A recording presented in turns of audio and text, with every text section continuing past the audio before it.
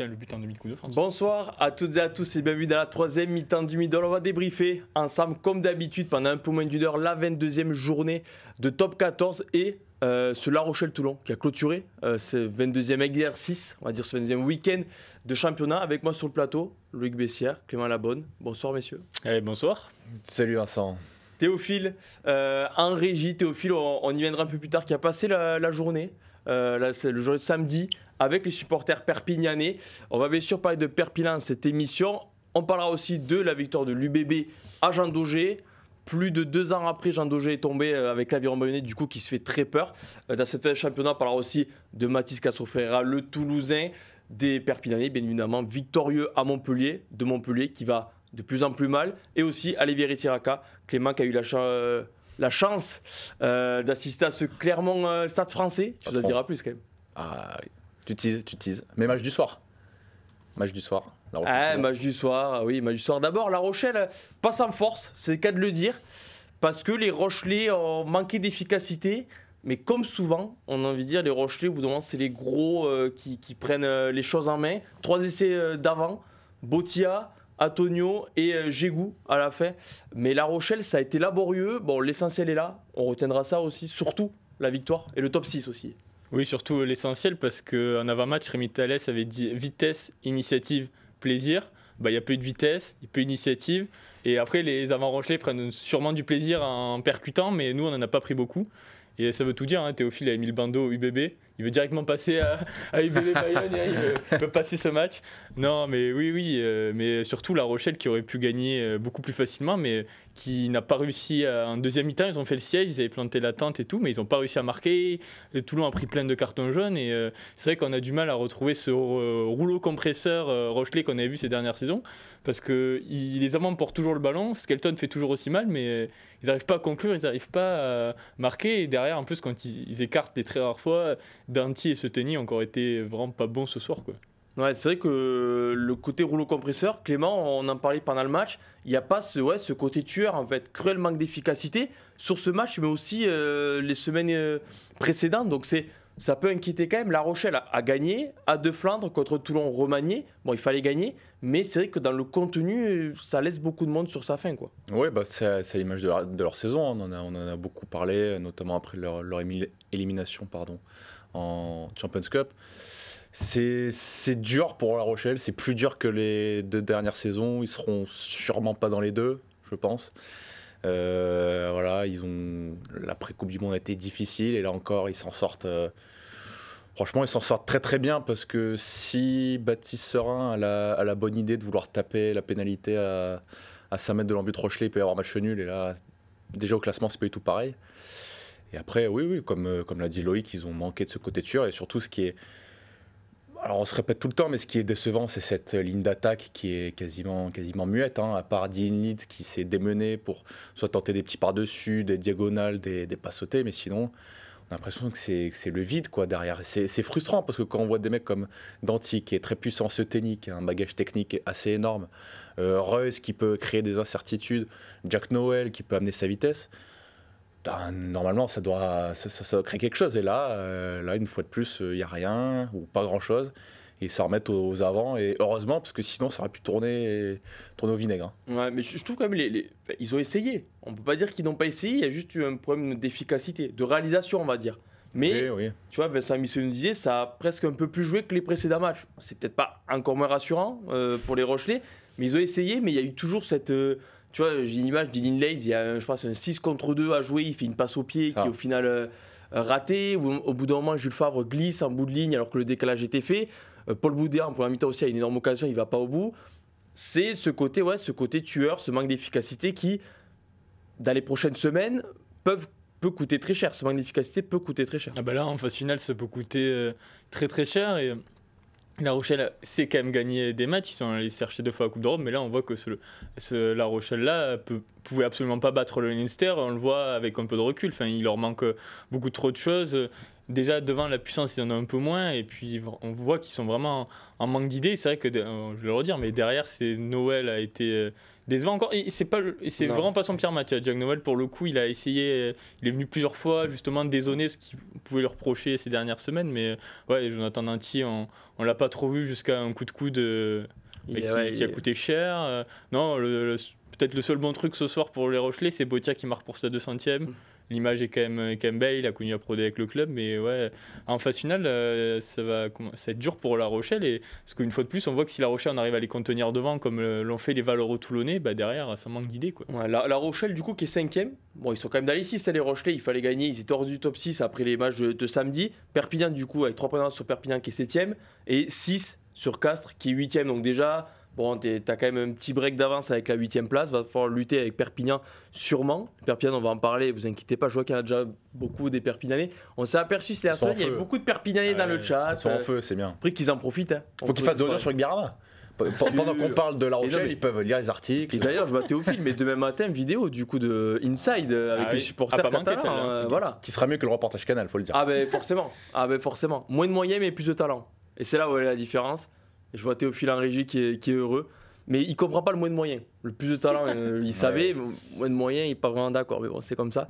Non, mais voilà, reportage avec les supporters perpignanais. Donc La Rochelle, 1 point d'avance sur Toulon, du coup, qui est 6e après cette 22e journée.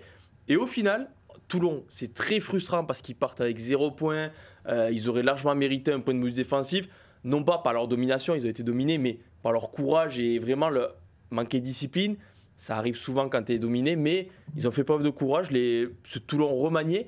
Et au final, Toulon, la jeunesse et les seconds couteaux, ça leur manquait de respect, a prouvé que l'effectif toulonnais était profond et qu'il y avait vraiment de la qualité. Ouais, c'est clair. Moi, j'avais l'impression que c'était un peu le même contexte que quand ils étaient venus gagner à Clermont. Ouais. Ils avaient annoncé très tôt qu'ils venaient avec, sans manquer de respect, qu'ils venaient avec l'équipe B, on peut le dire. Et donc, toute la semaine, il y avait ce contexte. On se disait, les Clermontois ne vont pas tomber dans le panneau. Ils sont tombés dans le panneau. Et là, les Rochers, ils ont bien failli tomber dans le panneau aussi. Quand Wayne Nicolo intercepte la passe du jeune Zamora, il y a 20-17. Et je me répète, mais à 5 minutes de la fin, ils ont une vraie balle de match. Et franchement, ça aurait pu tourner en leur faveur, alors qu'ils ont eu 3 cartons jaunes, ils ont été dominés dans les collisions, dans l'occupation aussi. Ah oui. Mais ils ont fait un match franchement énorme et exceptionnel dans le combat. Et surtout, des mecs comme Coulon, comme Le Corvet, comme Alagaeus, c'est la jeunesse toulonnaise qui s'affirme. Et franchement, c'est énorme pour les phases finales qui se profilent. Alors, on ne va pas dire qu'ils sont encore qualifiés. Mais avec ce profond effectif, on voit mal comment Toulon peut, encore une fois, ne pas être dans les 6. Toulon qui n'a pas vécu la phase finale top 14 depuis 2018. Oui. Pour un club comme Toulon, c'est quand même énorme. Donc oui, c'est vrai qu'ils n'ont jamais été aussi proches ces dernières saisons. Parce que là, ils avaient fait un peu tourner, mais au final, ils montrent que ils n'ont pas pris 40 à La Rochelle. Et du coup, après, ils recevront. Alors, j'avais noté sur mon ordi, ils reçoivent au prochain match. J'y vais, vous inquiétez pas. Oh, tu peux nous parler d'Oracan, l'équipe de France pour noter. Alors, on lance un petit débat. Après. Non, ils reçoivent Lyon. Ouais, c'est pour ça. Je savais qu'ils recevaient. Et après, ils vont à Oyo. Oyonnax qui a gagné ce week-end, mais qui est lanterne rouge. Tu peux vraiment engranger des points. Là, il y a une pause, mais il finit sa saison au Stade Français. Au Stade Français. Ça peut être un vrai match. Et ils reçoivent Clermont. Franchement, ça manquait de respect à Clermont. Tout ça, tu peux envisager faire un 3/3 quand tu reçois 2 fois et tu vas à Oyonnax. Clairement. Et après, tu peux te faire un dernier match, un dernier kiff si tu as quelque chose à jouer au Stade Français. Surtout, un barrage à domicile ou une place dans le top 2, parce que le Stade Français a un gros calendrier, donc on ne sait jamais. Surtout, c'est dommage pour les supporters de Toulon qui ont brûlé leur carte d'abonnement, parce qu'il y a quand même une fin de saison sympa à suivre. Ils peuvent aller au match extérieur. Oui, c'est vrai. Et c'est vrai. Ou à domicile si c'est pas guichet fermé, donc ils peuvent trouver des places. Après, je leur fais confiance, ils avaient peut-être un double. Ils ont craqué la mauvaise, celle de l'année dernière devant les caméras, et derrière ils ont les stadiers, ils ont dit écoute, je suis là depuis 20 ans, et fils de Bossaigne, tout ça, bon. Allez. Bon, du coup, La Rochelle-Toulon, voilà, le débrief 27-17. Les Rochelais, pas vraiment convaincus. Non, mais ça gagne. Mais ils ont gagné. Ça gagne. Donc c'est le plus surtout important. 0 points pour Toulon. Et surtout 0 points pour Toulon au final. 4-0. Ce sont les principaux enseignements. Hop, il y a un débat sur Aldrit. Attention, le Aldrit surcoté. Ouais, Voilà. il m'y risquerait pas. Hein. Ouh là là. Ça s'engage. On te laisse ça écrire. s'engage. On te Ah laisse oui, là. écrire. Tu Papier veux venir sur opinion. le plateau, voilà, tu discutes, nous, bon, on n'est pas d'accord déjà, enfin en tout cas je suis pas d'accord, mais bon je crois qu'il n'y a pas trop débat. Messieurs, on va passer à l'ovation, je l'ai dit, l'UBB, victoire à Bayonne Oui, quand même, bien sûr. c'est pas trop mal. On passe à l'ovation tout de suite.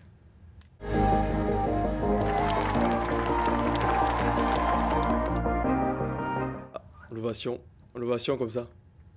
Bravo. On ovationne. L'UBB qui a gagné, facilement, oui et non. Très bonne première mi-temps. Ils se sont fait très peur en 10 minutes en début du second acte, mais ils ont réussi à remettre la main sur le match. L'UBB a fait tomber Jean Daugé. L'UBB finit sur le podium, du coup, cette 22e journée. Mais j'ai envie de revenir, messieurs, ce sont des victoires qui construisent une saison et sur laquelle ils vont pouvoir s'appuyer parce que celle-là, il faut montrer du caractère au-delà d'une ligne arrière qui a encore été exceptionnelle avec notamment Bielbiarré, Penaud et surtout Jalibert. Mais l'UBB, ces matchs-là, ils les gagnaient peut-être pas la saison dernière et ça prouve qu'ils ont peut-être passé un cap cette année. Ah oui, mais totalement. Et je pense même qu'ils avaient coché vraiment ce match-là parce que Jean Daugé n'était pas encore tombé depuis que Bayonne était remonté top 14. 29 matchs. 29 matchs. Et vu la manière dont Mathieu Jalibert l'a dit au micro de Canal à la fin du match, il savait le nom précis. Donc ça se voit qu'ils ont vraiment misé là-dessus. Bon, peut-être un entraîneur, Yannick Bru, peut-être un peu revanchard aussi, mais c'est un autre débat. Donc je pense que vraiment, et comme tu dis, dans les têtes, ça joue. Aller gagner à Bayonne là où personne ne va gagner, en faisant un match plein. En début de match, ils tombaient des cordes et pourtant ils ont quand même envoyé du jeu, ils ont quand même réussi. Donc, ouais. Ils ont eu la réussite avec les un peu casquettes de Tatafou, Aussi. tout ça, mais il en faut. Ils sont allés à provoquer et au final, il n'y a rien à dire. Le drop de Jalibert est magnifique. Donc ouais, gros succès pour Bordeaux et ils montrent qu'ils sont là aussi et qu'ils ont rebondi après l'échec européen, même si la semaine dernière, ils avaient déjà montré qu'ils avaient vite rebondi face à Clermont, mais succès qui peut être fondateur aussi pour la fin de saison avec cette série qui se crée là. Surtout, t'as l'élimination en Champions Cup où tu te voyais déjà, enfin, c'est humain, mais la demi-finale Toulouse-Bordeaux, tu la voyais déjà, tu tombes contre l'Harlequins dans un match hyper cruel, joli mais hyper cruel, et là tu te relances en top 14 avec une magnifique victoire contre Clermont, et là tu vas gagner à Bayonne, enfin, il y a rien de mieux pour lancer la machine et être lancé pour le sprint final vers ces phases finales, et possiblement vers le bouclier. Bon, là, tu fais le plein de confiance. De toute façon, il te reste que le top 14 à jouer, donc comme disait Loïc, je pense que même avant les 8e écarts européens, ils avaient coché Bayonne, mais là encore plus. Et puis c'est un vrai message envoyé à la concurrence. Faire tomber Bayonne à Jean Daugé. Bon, Toulon avait gagné à Anoeta, il n'y avait pas eu match. Oui, mais à Anoeta. Voilà. Tu vois, c'est comme l'année dernière. À Anoeta, ouais, ok, mais je pense que quand tu es joueur, à Anoeta, tu joues à domicile sans jouer à domicile. Donc c'est un peu différent. Mais après, oui, voilà, Bordeaux, là, ils sont en train de sérieusement monter en régime et au meilleur des moments. Parce que, alors, c'est bien d'être premier en phase régulière, mais c'est mieux d'être premier en phase finale. Et Dieu sait de quoi je parle. Et non, voilà, ils sont, les 4 sont là, en fait. C'est ça qui fait la différence aussi. Jalibert qui met un drop venu d'ailleurs, mais qui a été vraiment le maître du temps, on va dire, à Bayonne, sans spoiler notre sublime article de Pablo Ordaz dans Midi Olympique. Mais voilà, Bielbiarré qui est en mode finisseur. La semaine dernière, c'est Penaud qui brille, là, c'est Bielbiarré, donc ça montre aussi la diversité. Et Penaud aussi brillé, parce qu'il offre le deuxième essai à Bielbiarré. Donc rien à dire de plus. Ils sont lancés dans le sprint final. Faut pas que la coupure les bride. C'est toujours le risque. Surtout quand on voit le match qui les attend. Voilà. Réception de La Rochelle. Voilà. Je pense que on va vite voir si la coupure va. Mais bon, Bordeaux-La Rochelle, c'est vrai que ça pourrait être un nouveau duel de style message. pour le coup là. Ah oui, là, on peut difficilement faire mieux. De style, mais surtout gros choc parce que la prochaine journée, t'as Bordeaux-La Rochelle le samedi soir, Toulouse-Stade Français le dimanche soir.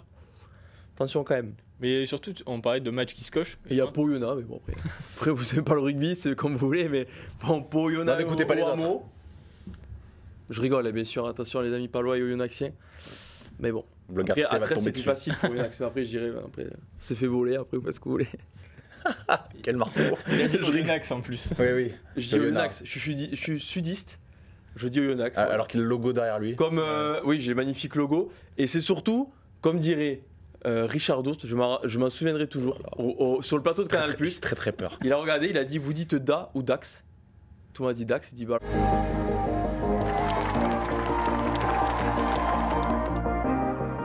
me rebalance l'ovation, Théophile, pour m'applaudir de. Ça veut dire passer à notre sujet. Ouais, ça veut dire c'est long, Mais c'est non, long, c'est c'est long. archi long. Non, mais non, C'est mais long. non. Voilà, le chat. la censure, dans le chat, on me dit la censure. Et J'ai été censuré par Théophile. C'est un coup des Russes. Hein Un coup des Russes. Non, mais bon, voilà. Peut-être que Théophile est d'accord avec moi aussi. Étant sudiste aussi, je ne veux pas spoiler ça. Pour éviter un attroupement devant chez lui, vu sa beauté, je vais pas dire d'où il est, mais il est sudiste. Messieurs, Né à pour revenir, Paris, mais bon. non mais sur Jalibert, tu disais Jalibert, c'était, il y a eu ce tournoi compliqué, il y a eu cette blessure, il est revenu sans revenir contre Toulouse, il a été absent en Champions Cup et tout. Là, c'est aussi un match où encore une fois, il prouve que c'est le maître du temps à Bayonne, mais surtout dans l'effectif de l'UBB. Et quand il est à ce niveau, il y a peu d'ouvreurs qui sont aussi talentueux et aussi beaux à avoir joué. Non, mais c'est vrai qu'il y a eu. Il sait qu'il y aura toujours un peu cette opposition avec Romain Tamac, mais là, c'est vrai qu'il avait les clés du camion en équipe de France. Et je pense que ça l'a touché aussi, même s'il y a eu des mauvaises performances collectives. C'est pas que lui, il a pas eu peut-être le bon contexte autour, mais forcément, ça l'a touché. Et c'est un grand joueur et tu as forcément envie de réagir. Tu as envie de montrer que tu es bon, que tu es un bon joueur. Et là, en plus, quand il a ses partenaires, la semaine dernière, c'était Ben Tapoy qui était en feu. Penaud était déjà en feu. Tu as Biel Biarré, pareil, à côté, qui a fait un bon match. Et quand en plus, il a ses partenaires autour, c'est plus facile pour lui de briller. Et là, on voit vraiment qu'il se régale dans cette équipe bordelaise. Et là, voilà, contre La Rochelle, il voudra encore prouver en plus, sachant que l'année dernière, La Rochelle était venue mettre une rouste à Bordeaux au Matmut. Et puis, il y a quand même cette demi-finale au Matmut. Je pense que les Bordelais l'ont coché et qu'ils ont envie d'y être. Et peut-être en étant deuxième, c'est plus rapide pour y aller directement. Eh oui. Quelque chose à rajouter? Non. Rien, Il on était peut fort. passer. Il a été bon. Oui, il est énorme. Non, Il il attend était juste bon. clairement, il veut juste Non, mais moi, les sujets. Question sur Ah non. Jalibert, 3 mots, Romain Tamac. Ouais. Ah là là. Ça, c'est les mêmes, les valeurs, quoi. C'est pareil, quoi. C'est 3 phrases valeurs, quoi. Bon, ok, je rigole, mais on va passer au jaune bunker. Et attention, c'est le même match. Et je vois déjà, ils sont nombreux à être basques et dans le chat. Il y en a qui se voient déjà en Pro D2. Oh là Oh là là, ça y est, les Basques. Eh oui, bah, Ça, attention, tu vois, moi, je le comprends. ça, c'est le syndrome olympique de Marseille. Mais c'est pas ça. Mais... Ah si, Bon, si. on passe. Jingle et on en parle de suite.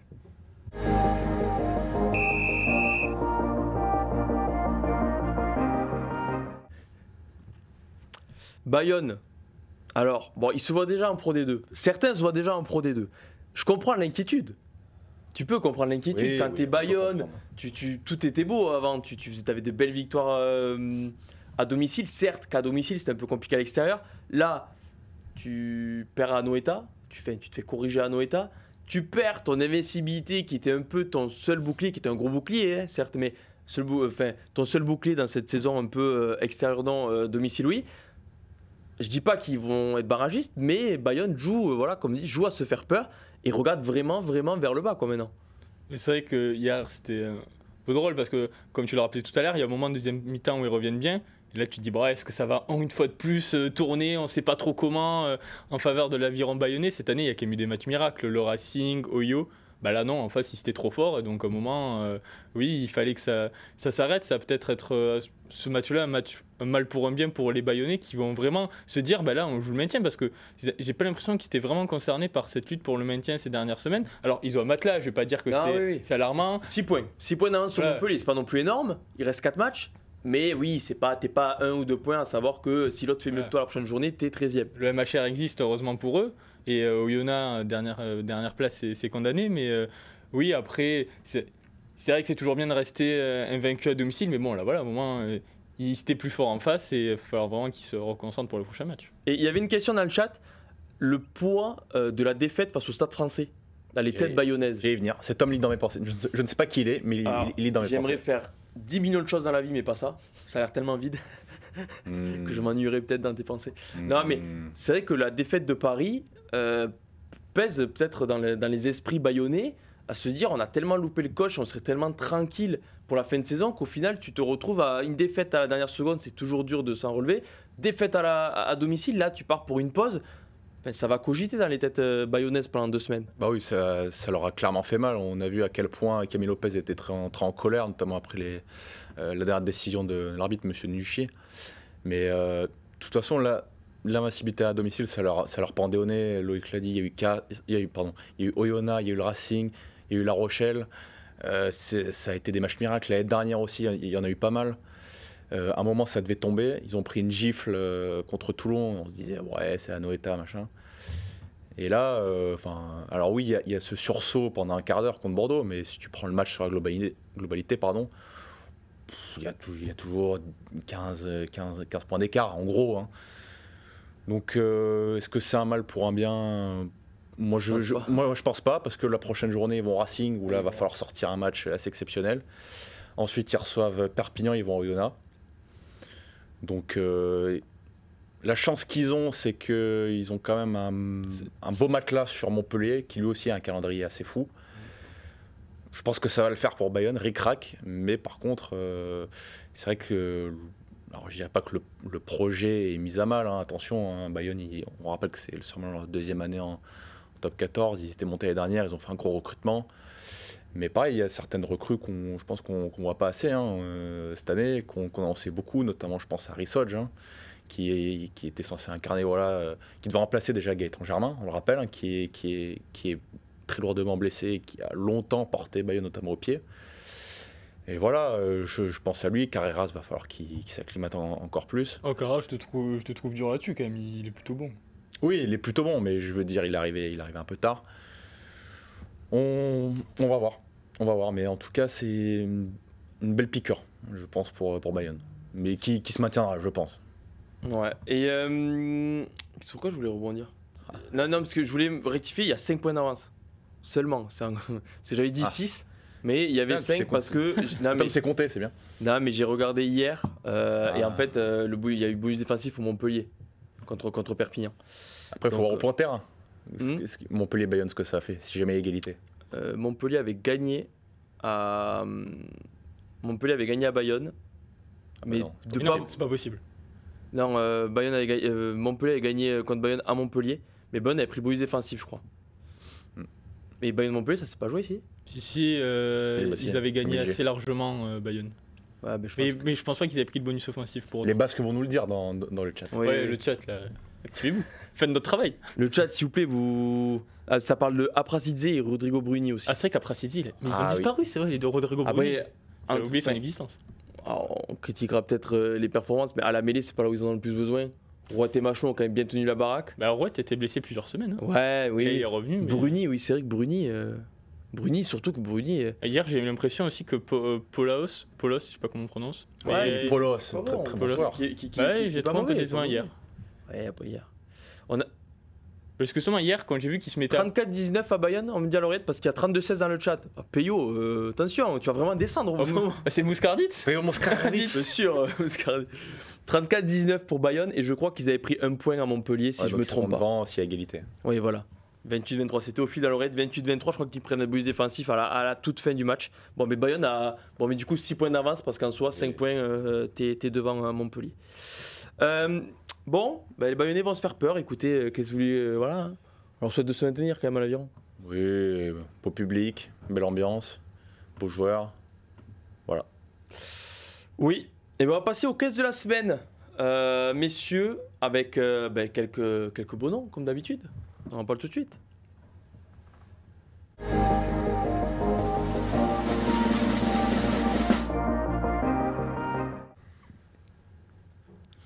Voilà, le 15 de la semaine avec quelques beaux noms. Il y a du jeune très talentueux. Il y a du jeune très talentueux déjà confirmé, puisque déjà international. Et il y a du jeune aussi, mais on a l'impression qu'il est là depuis 10 ans. Ninashvili, il est aussi là depuis 10 ans dans les caisses de la semaine aussi. Ou dans nos équipes la grande mêlée. C'est comme vous voulez. Alors, un conseil, je ne sais pas si d'autres avaient Arata en super sub. C'était une magnifique occasion. Alors, allez, dis-nous pour tout. Ce week-end, il y avait 2 choix pour avoir un week-end gâché. C'était être supporter de Bayonne ou avoir Arata en super sub sur la grande mêlée. Bon, je suis un des deux. J'avais Arata en super sub sur la grande mêlée. Combien le score ? Moins de 37. Moins de 37, donc on est sur un moins de 12,3 x 3. Voilà. Ouais. Je sais pas compter le nombre de points d'écart entre Bayonne et Montpellier, mais je sais compter le nombre de points que m'a coûté Arata, ça y a pas de souci. Alors comme les 3 quarts des Français t'avais mis Dupont super sub.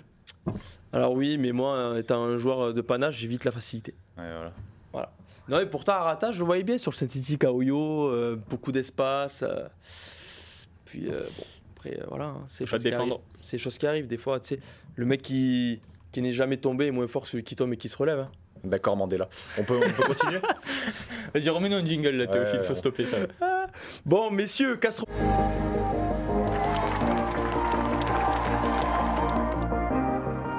C'est pas loin. Hein. Bon alors.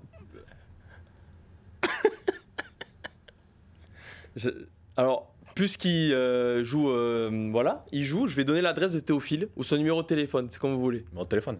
Numéro de téléphone, je l'ai pas parce que je peux pas le blairer. Il habite à Nafarrois. Oui, à Nafarrois, dans le nord. À côté de Nice, là-bas, à Nafarrois. Bon, messieurs, Castro Ferreira. Alors, bien sûr, on va parler un peu de Toulouse, mais surtout, tout d'abord, de Castro Ferreira, qui n'était pas prévu titulaire face au Racing. Jack Willis a déclaré forfait malade. Le jeu de troisième ligne continue de nous impressionner. On va dire qu'au final, il ne nous impressionne plus, puisqu'il enchaîne les grosses performances. Et il est un peu le dernier joueur à avoir explosé du centre de formation de Toulouse. Ils ont été des dizaines et des dizaines à sortir de l'école de rugby toulousaine et à performer. Mais lui, on dirait que ça fait 5 ans qu'il est en top 14 déjà. Il est hyper mobile, il est hyper actif, il casse des plaquages, il plaque dur. Il a tout pour devenir un très grand. Et c'est vrai qu'on parle beaucoup de Paul Coste, à juste titre, mais attention, un gros talent, Castro Ferreira, ADN Toulouse, format à Toulouse, il est toujours dans les bons coups offensivement, défensivement il est bon aussi, et, bon, c'est vrai que dans la troisième ligne il y a quand même du monde, il y a du Cross, du Willis, du Roumat, mais il a su se faire sa place dans la rotation, ça déjà c'est fort, et il confirme semaine après semaine, et encore hier il était prévu remplaçant, et voilà, il était titulaire, et en fait... à Toulouse, les joueurs tournent, mais les résultats restent les mêmes. On peut les prendre, les interchanger, il n'y a pas de souci. On le voit avec Castro Ferreira cette semaine. Quoi. Ouais, 10 courses, 5 plaquages, 5 défenseurs battus, 1 franchissement, 1 essai. C'est du très très gros match. Et comme le dit Loïc, il a gagné sa place dans la rotation. Et on sait que c'est un joueur on va en parler pendant énormément de saisons, je pense, au niveau professionnel. Ah bah ouais, c'est clair. Ce qui est embêtant avec Toulouse, c'est que c'est un club insolent. Hein. C'est que toutes les semaines, ils sortent un jeune, tu sais pas d'où. Tout le temps que c'est un jeune français, formé à l'école de rugby de Toulouse, quasiment, ou pas loin, dans le Gers. Bon, à part Méafou. Mais non, voilà, Castro Ferreira, qui tu veux dire, il incarne comme beaucoup de jeunes de Toulouse, et je pense du rugby français, l'avenir et la décennie 2020 du Stade Toulousain. Hein. Alors, au milieu de cette troisième ligne ultra fournie, on peut se dire mais comment c'est possible qu'il soit en rotation? Quand t'es biberonné à la mamelle du jeu toulousain depuis tes premiers pas, que t'es bien encadré, que t'es encadré par les entraîneurs qui ont été champions d'Europe, champions de France les signes d'avant, voilà. Il arrive ce qui arrive, donc franchement bravo. Après le risque, quel est le risque? C'est une blessure qui se brûle un peu les ailes. Hein. Il y a eu des jeunes aussi hein, qui ont pas réussi à franchir le gap, mais lui ça a l'air d'être quelque chose quand même. Oui, parce que mais il faut toujours se méfier. Alors il profite, je mets des gros guillemets parce que c'est pas profiter, mais de un peu de casse. Gelon, Placine, blessé jusqu'à la fin de saison. Voilà, ce week-end, quand le Racing ils font souffler Cross avant la demi-finale de Champions Cup, Jack Willis est malade, peut-être qu'il n'a pas aussi voulu prendre trop de risques avec l'anglais, c'est normal. Et du coup, ouais, c'est vrai qu'aujourd'hui, Castro Ferreira, il jouait les matchs où Toulouse faisait un peu tourner, mais Toulouse qui fait tourner, c'est Toulouse qui ne perd jamais de beaucoup ou qui gagne, comme à Clermont, où il a mis un doublé, je crois, Castro Ferreira, match énorme, ou à Toulon, où il était énorme. D'ailleurs, il a résisté à l'épaule de la l'ONC. Je pense que juste pour ça, il aurait mérité la caisse de la semaine, le pauvre. Mais c'est vrai que Castro Ferreira, plus pour l'avoir suivi chez les moins de 20, il était capitaine les moins de 20 cette année, champion du monde. Il n'était pas titulaire l'été dernier, mais déjà, tu savais que c'était un gros talent. 2004, donc bon... Il y a beaucoup d'arguments quand même qui font que tu es assez serein avec lui. Quoi. Normalement, oui. Après, il faut qu'il... Toujours pareil, faut que ce genre de joueur, faut qu'il confirme. Mais bon, il ne devrait pas trop y avoir de soucis, à mon avis. Non. Surtout dans ce registre-là. Oui, dans cet environnement. Il y a pire. Voilà. Messieurs, pour une manière un peu plus large, Toulouse, qui a perdu le point de bonus offensif dans les dernières minutes contre le Racing, mais bon. Toulouse en danger. Hugo Mbla-Soissé. Après, ils sont maintenus. Ah oui, ils sont officiellement maintenus. Alors, j'ai pas voulu contredire nos collègues du Middle. Je pense qu'il y a quelques équipes qui sont maintenues. Parce que si tu prends en compte les affrontements entre les équipes, oui. Tu vois, quand Castres joue Clermont, les deux peuvent pas gagner. Quand Castres joue Montpellier, tout ça. Pourquoi j'ai dit 2 fois Castres en 2 matchs? Je sais pas. Non, mais bon, voilà. Mais oui, c'est vrai que je pense que ouais, Toulouse est maintenu, je pense qu'on peut le dire. L'objectif est rempli. Maintenant, c'est que du bonus. Ouais, c'est que du bonus, match après match. Faut amener les ingrédients quand même les prochaines semaines. Comme disent les Catalans. Non, mais Toulouse, au-delà des jeunes, il y a des joueurs que tu déplaces un peu, qui sont pas trop habitués, attention, parce que Kinghorn, je vais venir à lui, qui a joué à l'aile, il a joué quelques matchs avec l'Écosse, mais bon, tu le voyais pas trop lié à Édimbourg. Il est énorme. Tu as des joueurs qui sont toujours bons, comme bien sûr Romain Tamac, Thomas Ramos, Mathis Lebel, tout ça. Toulouse, c'est la force tranquille. On prépare la Champions Cup en quand même gagnant assez largement contre le Racing 92 qui était venu avec la meilleure équipe possible. Ça fait, ouais, comme tu dis, Toulouse, c'est insolent par la tranquillité et la marche qu'ils ont par rapport à leurs adversaires. Mais une fois de plus, le même scénario se répète. Première mi-temps accroché, sauf que ça panique jamais. En deuxième mi-temps, ça ouvre des espaces. Et là, dès que tu laisses un espace à Toulouse, tu sais que c'est fini et tu sais où ça finit. Et là, en plus, ça peut être. Le danger vient de partout. C'est-à-dire, à un moment, c'est Castrofara qui va finir l'action. À un moment, intérieur, tu retrouves Dupont forcément comme d'habitude. Kinghorn en bout de ligne, très bon finisseur. Ça vient de partout en fait. Tu sais pas d'où ça peut venir. Et voilà, ça gagne. Je te vois rire. Mais non, parce qu'il y a l'autre bête là de Théophile. Je vais vraiment finir par donner son nom, il va me faire la malin. Non, parce que je vois des messages. Tu as Insta. Voilà, il y a des rencontres qui se font sur le chat la troisième mi-temps. Après, on veut être invité en mariage. C'est tout. Oui. On y sera. Là, on fera une vraie troisième mi-temps. Mais accrochez-vous, il n'y a pas de micro, il n'y a pas de plateau. On va débriefer le mariage. 4 billets. On est quoi on est qui, nous, France 2011? Bon, ok. Non, mais c'est vrai que Toulouse, ça reçoit le Stade Français prochaine journée. Là, ça va Champions Cup. Nouvel objectif, quand même. Un gros objectif du club, demi-finale contre les Harlequins. Mais c'est vrai que tu as du mal à voir qui arrêtera Toulouse cette saison. Bon, Leinster. Tu les vois, toi? Non, moi je pense pas. Bon, déjà contre l'Harlequins sur 40-20, je pense. je me mouille parce que là l'émission est un peu freestyle. Les Harlequins, on va pas se mentir, il y a zéro défense, ça joue que derrière, donc ils vont se faire ouvrir. Et après, le Stade. Mais tu sais que. Alors... Non, mais moi je pense sincèrement. Et après, Stade Français, on sait que le Stade Toulousain est un peu piqué par les derniers affrontements contre Paris parce qu'ils les jouent souvent quand il y a des doublons. Oui, mais c'est le style de jeu qui leur va moins bien. C'est ça. C'est normal. Mais bon, après ils pourront s'inspirer de l'adversaire qui les a joués ce week-end. Clairement. Au hasard. Ah, tu veux dire qu'ils vont demander à Paris de jouer à 14 pour faciliter les choses? Ils vont demander de faire moins de fautes. Tu peux le dire. Non, mais ouais. Toulouse, bon, écoutez, vu que t'es freestyle, on va pas 40 à 20, le Quint. Environ.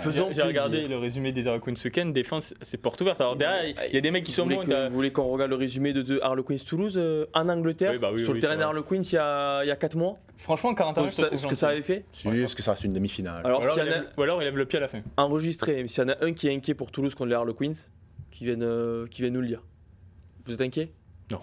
Factuellement, non. Alors, je pense pas sur les surcotés. Je n'ai aucune crainte pour Toulouse face aux Harlequins, qui est une très grosse équipe, certes, qui a de très gros joueurs, mais bon, pas du niveau d'en face.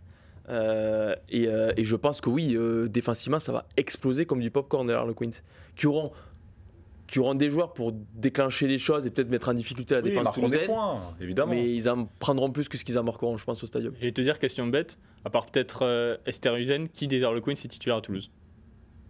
Après, ça, la question, tu pourrais toutes les équipes. Attention à Toulouse. Mais oui, c'est clair. Tu paies ta bière si Toulouse perd. Oh, si vous voulez, écoutez, qu'est-ce que vous voulez que je vous dise? Faisons plaisir aux supporters perpignanais. Allons-y. Ils attendent que ça. Bah oui, ils attendent que ça. Entre les Basques et les Catalans, il doit y avoir une réunion indépendantiste là sur ce chat. Oui. J'ai très peur. Il n'y a que des drapeaux français barrés, mais bon. Donc il n'y a plus que Van monte et puis alors là. Je suis prêt, regarde, moi je suis prêt. J'attends le RCV. Pour que Van monte. Messieurs, l'USAP. Oui, voilà, il y a plein. Ils sont soulagés de parler de l'USAP. Tu l'as dit, c'était à 15 semaines, mais on va surtout parler de l'USAP. Qui, j'ai presque envie de dire, prévient qu'ils vont gagner à Montpellier. Je sais pas si vous le sentiez comme ça, mais il y avait ses supporters. Presque, tu disais, attention, il ne faut pas en prendre notre rente parce que sinon ça la fout mal quand même. Tu as tous tes supporters qui se déplacent. Ils font un match. On peut le dire de traquenard au début où tu résistes, t'as Carbonel qui tue pas le match, t'as ce grattage juste avant la mi-temps où tu peux prendre un essai qui te flingue et au final ça gagne parce que t'as la confiance, parce que t'as la baraka et t'as tout qui te réussit, tu fais tout pour que tout te réussisse aussi. Et Perpignan est à 2 points du top 6 et on voit mal comment ils vont s'arrêter, où ils vont s'arrêter ces Perpignanais et ils nous font plaisir, c'est important aussi. Où ils vont s'arrêter, c'est au-dessus de la 8ème place, en tout cas, je pense, au moins. Après, on verra pour le reste. Tu t'engages? Bah oui, papier opinion. Non, mais Perpignan, cette année, c'est l'équipe la plus enthousiasmante de France. Enfin, À un moment, faut arrêter de se mentir. Là, ce qu'ils font cette année avec Azema, c'est franchement exceptionnel. Surtout leur début de saison absolument chaotique. Donc, pareil, on le répète tout le temps, mais surtout ces derniers temps. Mais là, ce qu'ils ont fait à Montpellier, c'est fort parce que leur première mi-temps, elle est vraiment pas bonne. Ils prennent un carton jaune, ils sont menés 17-5, ils sont deux doigts de craquer si Carbonnet est un peu plus juste. Et au final, ils se le payent à grands coups d'épaule, avec notamment cet essai de Sobela qui s'arrache. Donc ouais, il y avait 3000 Catalans, les images sont folles, vous les verrez demain grâce à ce brave Théophile Harley. Donc franchement, c'est fou, le maintien est quasiment acquis, on va dire 99,9%. Arrête, parle plus de maintien, parle de ça, Clément, pas toi. Mais pas toi, non, justement, pas parler de maintien. La saison, dans tous les cas, elle est réussie. Donc si tu parles de maintien, tu parles de maintien pour Castres, pour Pau. Pour Clermont. Mais Clermont, ok, Clermont, ils ont pris 5 points, mais c'est pas. De base, l'objectif de Perpignan, c'était le maintien. On va pas se mentir avant la saison. Là, je pense que tout le peuple catalan est ultra content de la saison qu'ils font, et surtout, ils vont éviter le barrage. Que les deux dernières saisons, c'était bon, ça s'était bien passé pour eux, mais ouais, c'était bien passé, mais quand même, c'est jamais simple. Donc bravo, et puis voilà, Tulagi, c'est aussi le symbole de ce Perpignan joueur, mais qui concasse aussi. Ouais, qui concasse. 5 victoires de suite. Tu reçois Clermont prochaine journée, c'est pas insurmontable. Les mecs de la finale 2010. Tu vas à Bayonne, on vient d'en parler, Bayonne qui sera ric-rac en plus. On leur souhaite au Bayonne de gagner au Racing, mais je les vois pas trop gagner sur le terrain du Auxerre. Attention, Auxerre. Abbé Deschamps, Giroud, Djibril Cissé en pointe, Philippe Mexès en défense. Maillot PlayStation, Kappa. Non, mais voilà, Racing. Donc tu vas à Bayonne, tu reçois l'UBB qui pourrait être. Je pense que le Perpignan UBB sera vraiment le match où tu peux vraiment te dire celui qui gagne il sera dans les 6 ou Perpignan il sera dans les 6. Donc ouais, ce qu'il y a une question, est-ce que vous voyez l'USAP dans les 6 ? Je pense qu'ils seront short. Ouais, un peu je pense leur saison elle est déjà réussie, mais ils seront short, je pense. Au final, ils auront quelques regrets, mais est-ce qu'ils pourront avoir des regrets ? Je suis pas certain. Mais en tout cas, s'ils sont dans les 6, ils l'auront volé à personne, et je pense que peu de monde fera la gueule en voyant Perpignan dans les 6. Ouais, parce qu'autant on voit des équipes vraiment restreindre le jeu à fond, mais autant qu'on voit ce genre d'équipe, c'est magnifique. J'ai l'impression que dans un an, quand on nous dira qu'est-ce que vous avez pensé de cette saison, tu auras cette série ou ces images de Perpignan qui foutent 5 points à tous les week-ends à domicile, qui vont gagner à l'extérieur à Montpellier, tu vois, et ça marque en fait ce que fait Perpignan, ça marque. Parce que fait Montpellier, ça marque aussi, hein, mais, ça marque pas CDC, mais ça marque les gens. C'est ça. Non, mais voilà, ça va dépendre plus de La Rochelle. Oui, c'est sûr. Ben oui, parce que tu as La Rochelle qui se déplace à Bordeaux, oui. Mais ça prouve, voilà, supporter Perpignan. Tu vois, tu vas regarder les résultats de La Rochelle maintenant. Pour voir si tu vas leur passer. Voilà. Et puis là, ils vont recevoir Clermont une semaine après leur demi-finale contre les Sharks. Donc tu peux penser que Clermont sera un peu fatigué, surtout selon s'ils ramènent des blessés ou pas, selon s'ils gagnent ou pas. Donc c'est tout bénef pour eux. Puis il y aura une ambiance encore folle à Émile Giral, je pense. Donc on a hâte. Soleil, 20 degrés, petite tramontane. Bon bah voilà, ça fait 40 points pour l'USAP. 40 avant. On le sait, Veredamou doublé, tout le monde va le mettre sur LG. C'est son club. Ouais. Tout le monde oublie. Tout le monde l'oublie, mais Veredamou a joué à Clermont. Joker médical. Et oui, saison 2020-21. Bah oui, mais non. Avec JP Barak, Evan Tonder. Arrête de taper sur la table pour la régie. Et McIntyre. C'est mission freestyle. C'est mission freestyle. Ouais, freestyle. Non mais oui, 6ème devant La Rochelle, la planche DPO. La planche DPO qui est Raphaël Plancheron-Hérault quand même, pour le nommer, un ami. qui passait par ici. Oui. Un ami. Et qui reviendra ici en plus. Quel journaliste sera Aimé Giral ? Je pense qu'il veut un contrôle, le mec. Octogone. C'est qui ? On veut des noms.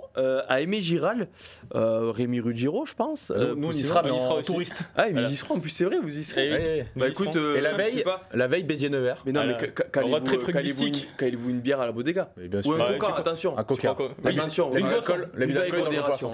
On boira une boisson, on y sera. On va se faire strike par le CSA, enfin Arcom. Oula, cataïcien, buissonné, oula. C'est buissonné. Mais c'est bien, tu connais les noms. Tu connais les noms, mais en tout cas, tu auras Loïc et Clément à Perpignan-Clermont. Donc si tu veux te les retrouver. Comme la SM, au final. Oh, t'es dur. Non, je pense qu'ils y vont avec des intentions. À la plage ? Oh, t'es dur. Quel journaliste a Giblet Brutus ? Théophile. De rugby à 13. La planche des PO, j'y serai aussi, patron. Ah oui, non, mais il y aura du monde à boire faire. une bière On avec se nous, rejoindra, boss. on se rejoindra. Ah oui, allez boire une bière. Ou un coca, je le redis, attention. Buvez avec modération. Il fera chaud, on sera obligé de s'hydrater. Messieurs, tout d'abord, avant de passer à Liberi Tiraka, parce que là tu feras moi le malin, Clément Labonne, au moment où il faudra analyser la performance d'Aliberi Tiraka contre le Stade français. Tu t'es prêt? T'as tes arguments, tes chiffres? J'ai même depuis 2 ans, il continue de me donner raison. Fabien Galtier t'écoute. Dis-lui pourquoi il doit aller en Argentine. Non, on va parler un peu de Lyon et de David Niashvili parce que Lyon, quand même, a fait la bonne opération du week-end aussi. Oui. 5 points contre Pau, déjà c'est pas rien parce que Pau, ils en ont embêté plus d'un à l'extérieur. Et du coup, tu te donnes 8 points d'avance sur Montpellier, 13e. Bonus offensif avec Niashvili, c'est quand même une des bonnes opérations du week-end. Et Lyon, tu peux un peu, voir l'avenir un peu plus soulagé, on va dire. Alors vu qu'on s'engage dans cette émission, Lyon s'est sauvé.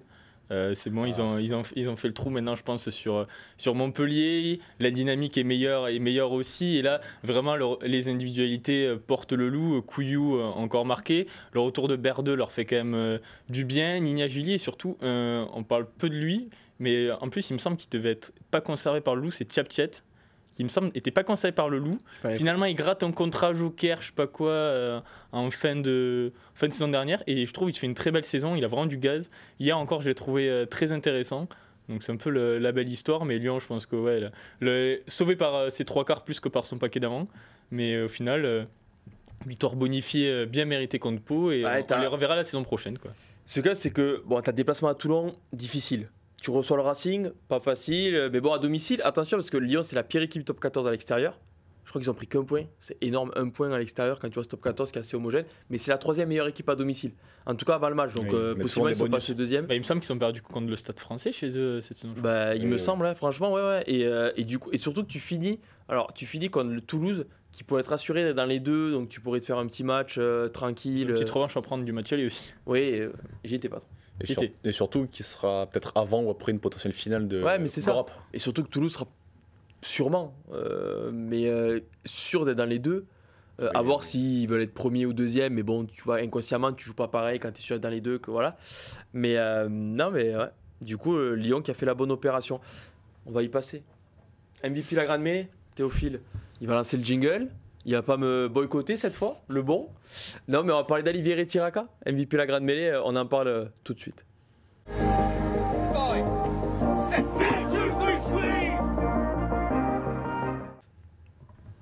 Ce bon vieux Aliberi Tiraka, qui a une ligne de stats à faire rougir plus d'un. Alors, notamment au niveau indiscipline. Je rigole. Alors, 2 pénalités, mais bon, on lui pardonne quand même. C'est vrai qu'en plus, j'ai pas souvenir des 2 pénalités, mais bon, peut-être. 15 courses, 2 plaquages, 3 manqués. On sait que c'est son petit défaut, la défense, mais c'est pas grave. 10 défenseurs battus, 2 franchissements, 3 essais. 76,5 points à la grande mêlée. En plus, je pense que pas grand monde l'avait ce week-end. Parce que Clermont Stade Français, on s'attendait à un match beaucoup plus serré. Certes, Paris a pris un rouge très tôt, mais bon, Clermont a quand même fait ce qu'il fallait pour faire exploser le verrou parisien si costaud habituellement. Mais Aliberi Tiraka, c'est désormais top 10 des meilleurs marqueurs de l'histoire du top 14. C'est référence au poste, international. Ça fait quelques mois qu'il n'a pas été convoqué. Je ne vais pas faire la propagande de Raka en équipe de France parce qu'on a quand même du monde à ce poste. Mais Raka, ça reste Raka. C'est un des noms du top 14, un des ailiers les plus forts. En fait, il a montré contre le Stade français qu'il était à lui seul un peu le symbole de la saison clermontoise parce que à Bordeaux, il a, comme tous ses autres coéquipiers, il n'était pas dedans, clairement.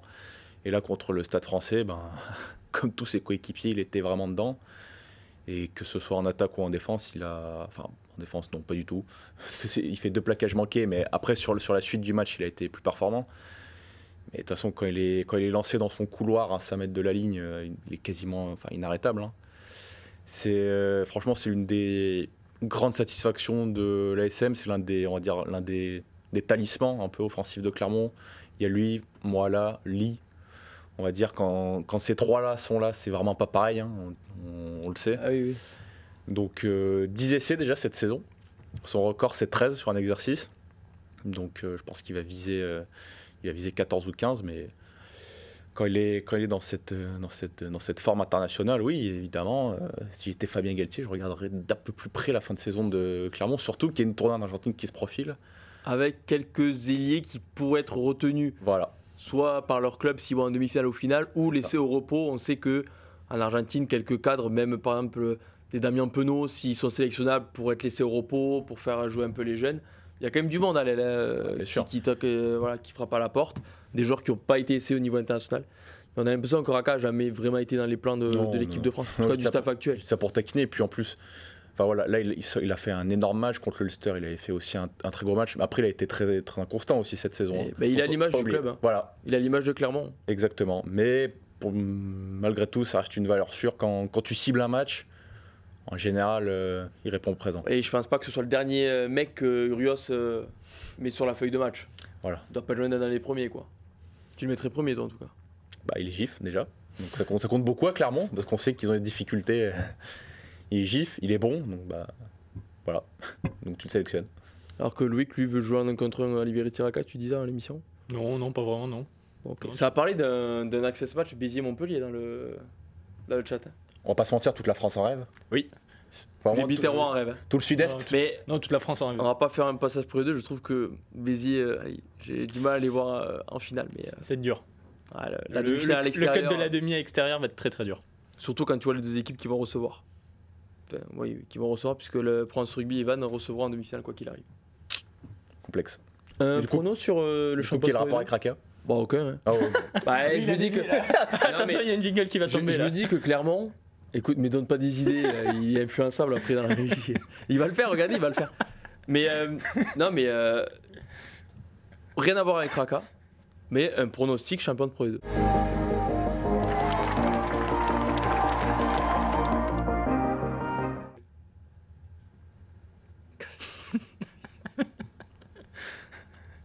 Voilà.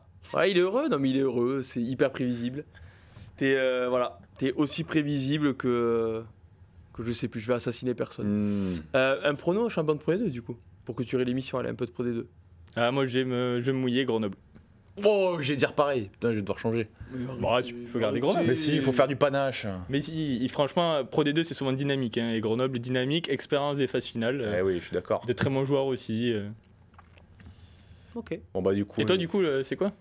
Alors, je trouve que Provence Rugby m'impressionne plus que Van ces dernières semaines. Oui, mais ça, c'est un fait. Ah, c'est un Ah, fait. je suis d'accord avec Van, toi aussi. Van, on les a toujours. J'ai l'impression que l'écran, on est au paradis là, on est entouré de blanc là. J'ai l'impression Ah oui, qu'on d'accord. va nous dire vous choisissez quoi, quel côté. Non, je trouve que Provence Rugby m'impressionne plus que Van. Oui, Pour ça, Van m'a plus impressionné que Provence Rugby pendant Oui, mais des mois. première phase finale. Ouais, mais tu sens qu'il y a. Ouais, moi je trouve qu'en termes d'effectifs, tu vois, Van, au final, dans leur équipe, il y a beaucoup moins d'expérience qu'à l'équipe de Provence Rugby. Non, mais après, Au Provence Rugby, t'as des mecs comme Arthur Covid, Jimmy Goppers, qui en a connu. Tu vois, t'as des mecs comme ça. Lapeg, qui a joué souvent, qui a énormément joué en top 14. Tu vois, Harrison de Northampton. T'as des mecs qui font mal et qui savent jouer les matchs comme ça. Donc, tu vois, je me dis. Sur un match sec. non, mais surtout, Van est là parce qu'ils font un début de saison énorme. Ils sont invaincus pendant 9 journées. Du coup, ils ont ce matelas qui est énorme. Mais Oui, depuis, ils l'ont perdu, ils l'ont vachement perdu. totalement perdu. Oui, ils ont galéré à l'extérieur souvent. Là, ils viennent gagner à Montauban, mais ils ont galéré Ouais, souvent. ouais, ils ont passé 7 matchs ou 8 matchs d'affilée sans gagner extérieur. Ouais, donc, ouais, moi, je trouve que. Et en plus, je trouve que la Rabine, c'est pas pour taper sur le stade de Provence Rugby, mais je trouve que la Rabine, si je veux un access match, c'est mieux à la Rabine que sur le terrain de Provence Rugby. Mais après, ça, c'est qu'un avis personnel. Tu vois, la Bretagne et tout. tu Van vois. Montpellier donc. Ah, si je devais parier aujourd'hui, oui, je dirais Van Montpellier. Je vois mal Montpellier sortir de la 13e place. Après, je pense que le match à Castres, ça tue Montpellier pour la 13e place ou ça le relance complètement. Parce que je vois pas Bayonne gagner au Racing. Donc voilà. Après, Castres, c'est prenable à la maison en ce moment. Mais bon, Castres, c'est pas facile non plus. C'est bon On est bon. Van Montpellier aussi Attention à Brive. Attention à Brive. Non. Attention à Brive. Non, non, Ah, non, non, Brive Attention à va être Brive. short. Attention à Brive. Brive va être short. Attention à Brive. Je suis d'accord. Mitch short. Mais c'est vrai que. Non, il y a Peyo, c'est que Dax me fait penser au Perpignan cette année.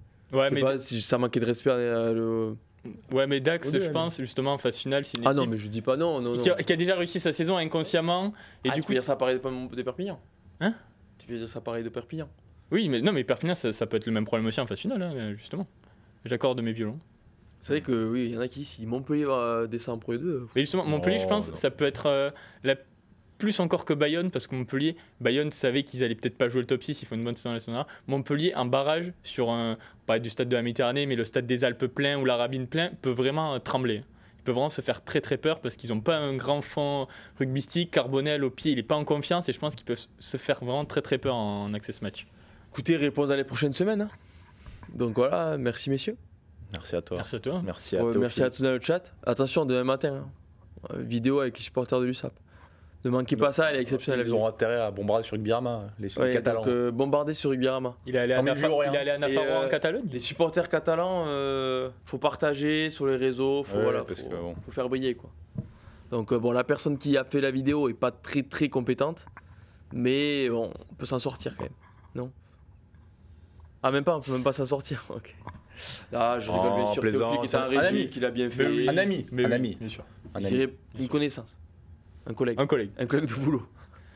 Pour chaque like, Théophile s'engage à payer au moins un Coca à Aimé Giral, lors de Perpignan Clermont. Non mais merci, écoutez, merci à tous, merci Théophile aussi en régie bien évidemment. Allez voir la vidéo, on rigole mais au fond on est sincère. Et prochain événement, du coup troisième mi-temps, alors ce sera pas 23h semaine prochaine, ce sera à 18h30 après la demi-finale de Toulouse et celle le samedi de Clermont avec on l'espère 2 clubs français en finale. Et du coup ce sera 18h30, donc voilà. Et kick-off vendredi bien évidemment, comme toutes les semaines maintenant, faut s'y habituer, kick-off vendredi. Podcast et vidéo, mais surtout podcast, on le dit chaque semaine. Vous avez 2 missions cette semaine, c'est vidéo de Perpignan et kick-off rugby vendredi. Et même donc, si vous n'écoutez pas, lancez-le. Ouais, lancez-le, puis vous allez faire ce que vous voulez. Mais vous le lancez, après on vous en voudra pas. Merci à tous, à la prochaine, ciao ciao.